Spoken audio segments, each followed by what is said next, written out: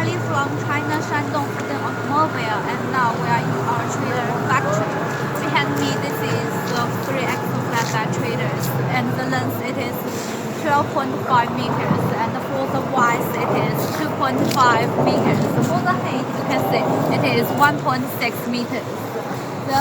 The beam we have thickened it. This one for the thickness it is 3 meters.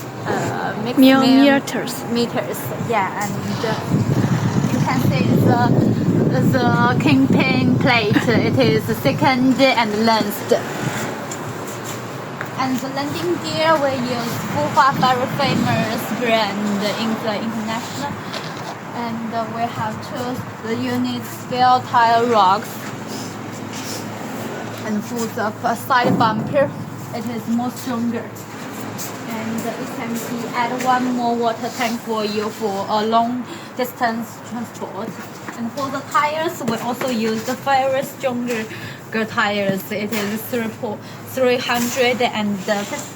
And for the axle, it is very most popular. It is BPW axle.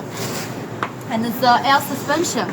The air suspension can for a long distance stop. It is very suitable for you. Okay, the rear it is a short rear.